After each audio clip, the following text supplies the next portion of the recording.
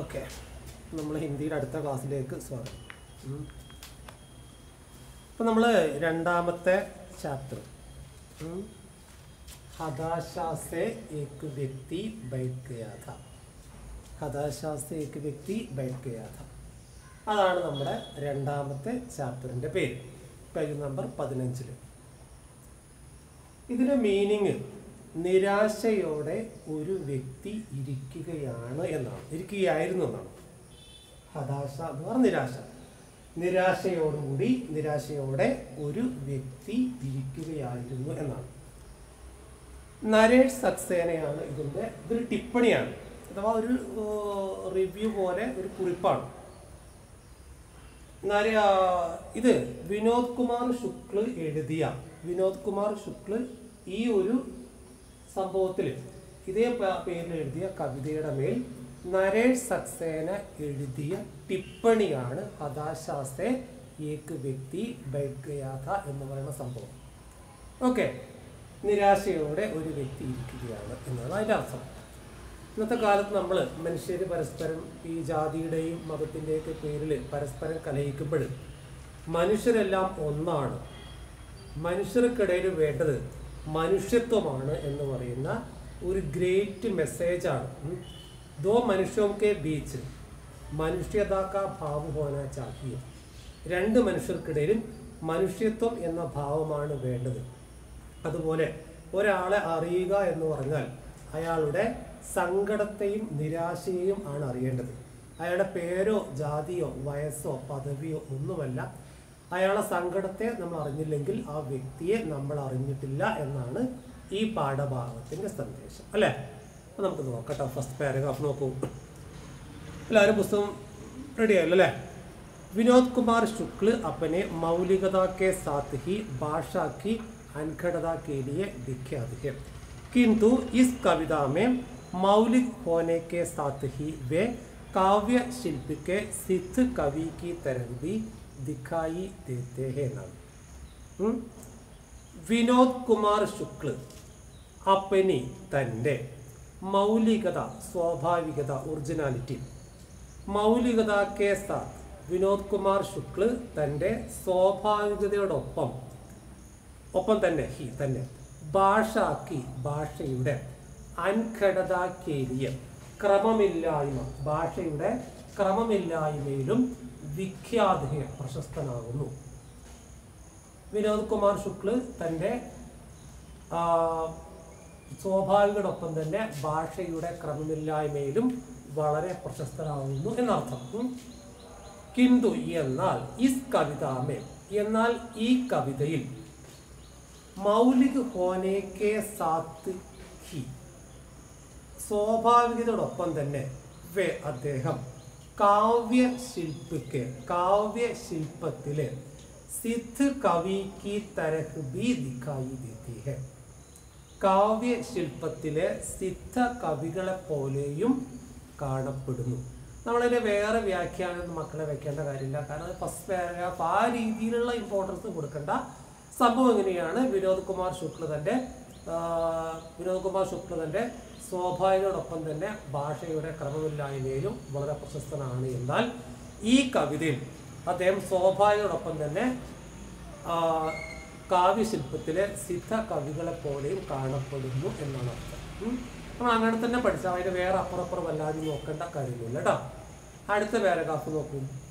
കവിത के अर्थ इतने सहज और साफ है कि उन्हें व्याख्या की दरकार नहीं है. सरल शब्दों वाले वाक्य स्वयं ही अपना मर्म कह देते हैं. കവിത के अर्थ, കവിതയുടെ അർത്ഥം, ഇത്തനെ സഹജ് അവർ സാഫ് ഹേ കി, ഇത്രയും സഹജ് എന്ന് പറഞ്ഞാൽ ലളിതം, സിമ്പിൾ, സാഫ് എന്ന് പറഞ്ഞാൽ വ്യക്തം, ഇത്രയും ലളിതവും വ്യക്തവുമായതിനാൽ ഉനെ അതിനെ വ്യാഖ്യാനിക്കേണ്ട ദർക്കാർ നഹീം എന്നാണ്, ആവശ്യകതയില്ല. കവിതയുടെ അർത്ഥം ഇത്രയും ലളിതവും വ്യക്തവുമായതുകൊണ്ട് അതിനെ വ്യാഖ്യാനിക്കേണ്ട ആവശ്യം ഇല്ല. ദർക്കാർ ആവശ്യകത.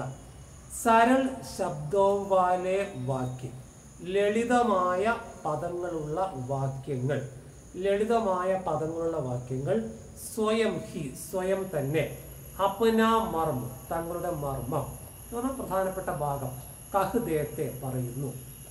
അതായത് കവിതയുടെ അർത്ഥം ഇത്രയും ലളിതവും വ്യക്തവുമായതിനാൽ അതിനെ വ്യാഖ്യാനിക്കേണ്ട ആവശ്യമില്ല. ലളിതമായ പദങ്ങളുള്ള വാക്യങ്ങൾ സ്വയം തന്നെ അതിൻ്റെ മർമ്മം നമ്മോട് പറയുന്നു.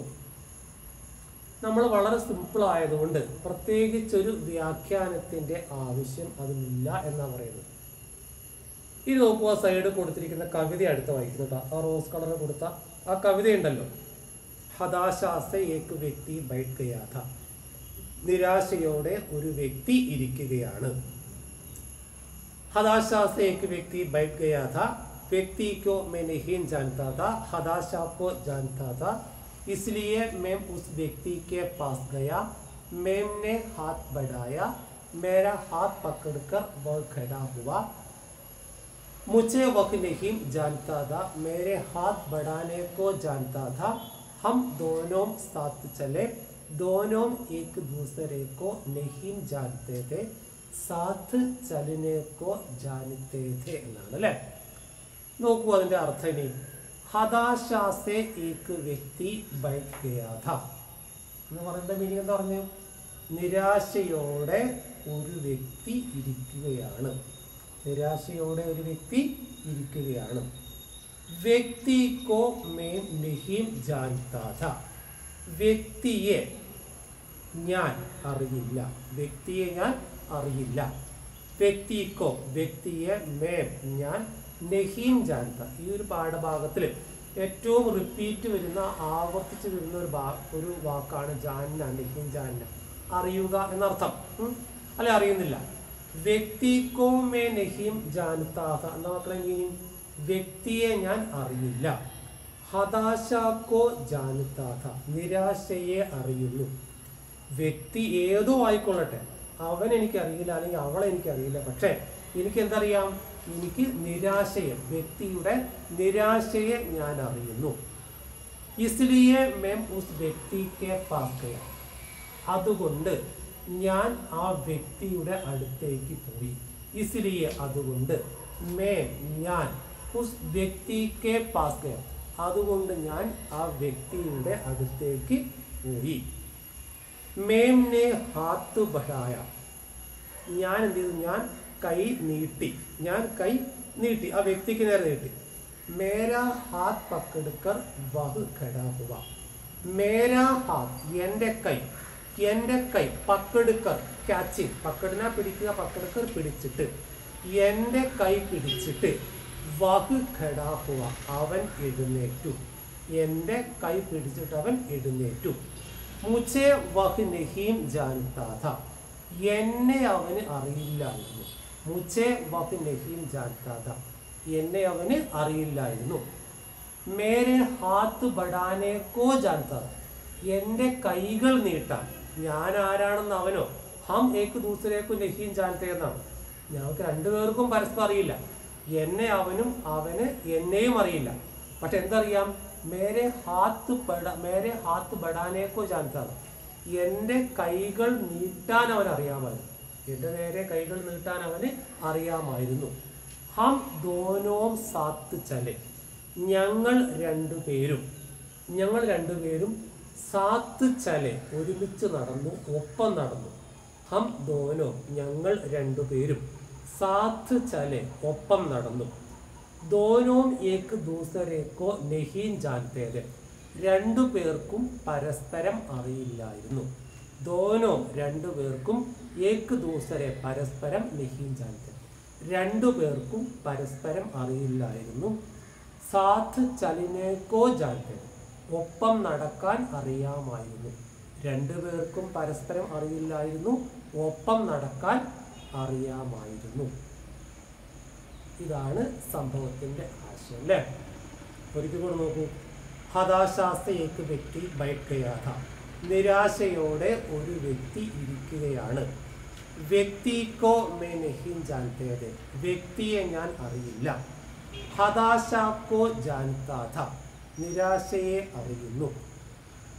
इसलिए मैं उस व्यक्ति के पास गया, അതുകൊണ്ട് ഞാൻ ആ വ്യക്തിയുടെ അടുത്തേക്ക് പോയി. मैंने हाथ बढ़ाया, ഞാൻ കൈകൾ നീട്ടി. मेरा हाथ पकड़कर वह खड़ा हुआ, എൻ്റെ കൈ പിടിച്ചിട്ട് അവൻ എഴുന്നേറ്റു. मुझे वह नहीं जानता था, എന്നെ അവന് അറിയില്ല. हाथ बढ़ाने को, मेरे हाथ बढ़ाने को जानता था, എൻ്റെ കൈകൾ നീട്ടാൻ അറിയാമായിരുന്നു. हम दोनों साथ चले, ഞങ്ങൾ രണ്ടുപേരും ഒപ്പം നടന്നു. दोनों एक दूसरे को नहीं जानते, രണ്ടുപേർക്കും പരസ്പരം അറിയില്ലായിരുന്നു. സാത്ത് ചലനെ കോ ജാനത്തെ थे, ഒപ്പം നടക്കാൻ അറിയാമായിരുന്നു. രണ്ടുപേർക്കും അറിയില്ല, ഒപ്പം നടക്കാൻ അറിയാമായിരുന്നു. ഇതാണ് ആ പദ്യത്തിൻ്റെ സാരാംശം. തുടർന്നുള്ള ഭാഗങ്ങളിൽ ഈ സാരാംശത്തെ ഒന്ന് വിശദീകരിക്കുക ചെയ്യും കേട്ടോ. ഓക്കെ, അടുത്ത ക്ലാസ് പറഞ്ഞുതരാം കേട്ടോ. കൃത്യമായിട്ട് പദ്യം വായിച്ചു വരൂ. അടുത്ത ക്ലാസ് അതിൻ്റെ ബാക്കി പറഞ്ഞുതരാം.